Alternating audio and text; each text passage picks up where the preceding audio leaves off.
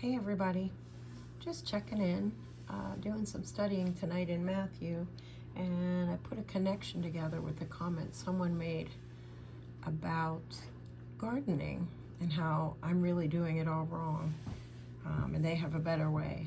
And it reminded me of this, or this reminded me of that, I'm not sure which, but we're in Matthew 13, parable of the sower, so it's verses 18 through 23. I'm in King James, so yours may be a little bit different, but therefore hear the parable of the sower. When anyone hears the word of the kingdom and does not understand it, then the wicked one comes and snatches it away, what was sown in his heart. This is he who has received seeds by the wayside. But he who has received the seed on stony places, this is he who hears the word and immediately receives it with joy, yet he has no root in himself, but endures only for a while. When tribulation or persecution arises because of the word, immediately he stumbles. Now he who has received the seed among the thorns is he who hears the word and cares of this world and the deceitfulness of riches choke the word, and he becomes unfruitful.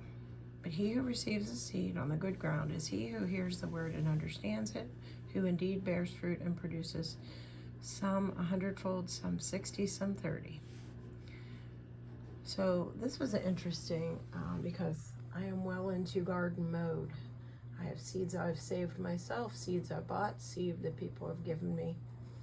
And everyone says the end of January, beginning of February is far too soon to plant.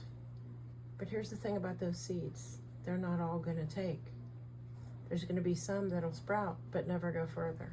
There's going to be some, excuse my messy mudroom, that are going to start and take a real long time to get going. And so they get a little more time. They may produce fruit, they may not. There's some that get this far and never any further. And then there's some that do this. And by the time mid-April comes and I'm ready to start planting, the ones that are healthy, the ones that are sturdy, they stand their ground. The other ones will be weeded out, tossed out, because they weren't any good.